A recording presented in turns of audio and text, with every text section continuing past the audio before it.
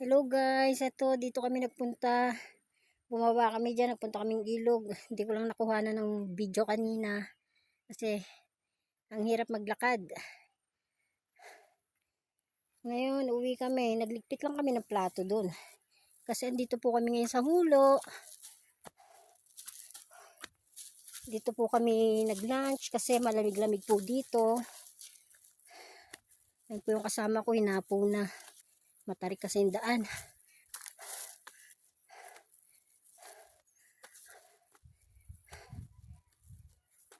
Sa bayan kasi masyadong mainit. Iba yung init dun sa baba. Kaya pumunta kami dito sa Hulo para magpahangin. Dito na rin kami kumain ng tanghalian. Hindi ko lang nakuhanan guys yung ilog.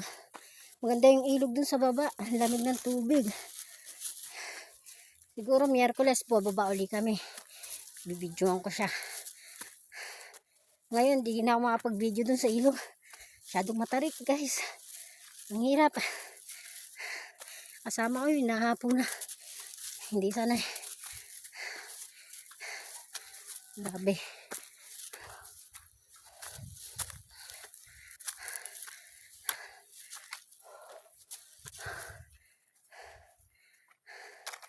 Nakakapagod.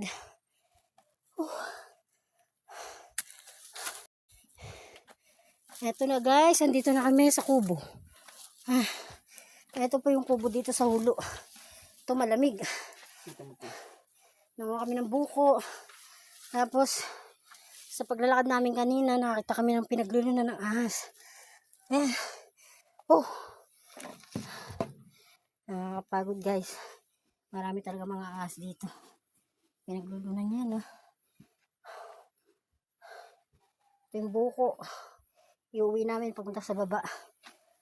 Doon namin nakainin. Nakakapagod talaga guys. Ito yung kubo na pinupuntahan namin dito sa Hulo. Pagka ganyang mainit ang panahon. Pag ganyang summer. Dito kasi sa Hulo guys, napakalamig. Malamig dito guys. Hindi tulad sa baba. Sa baba sobrang init. Dito, kahit wala kang electric pan, okay lang. Lalo sa madaling araw, napakalamig dito.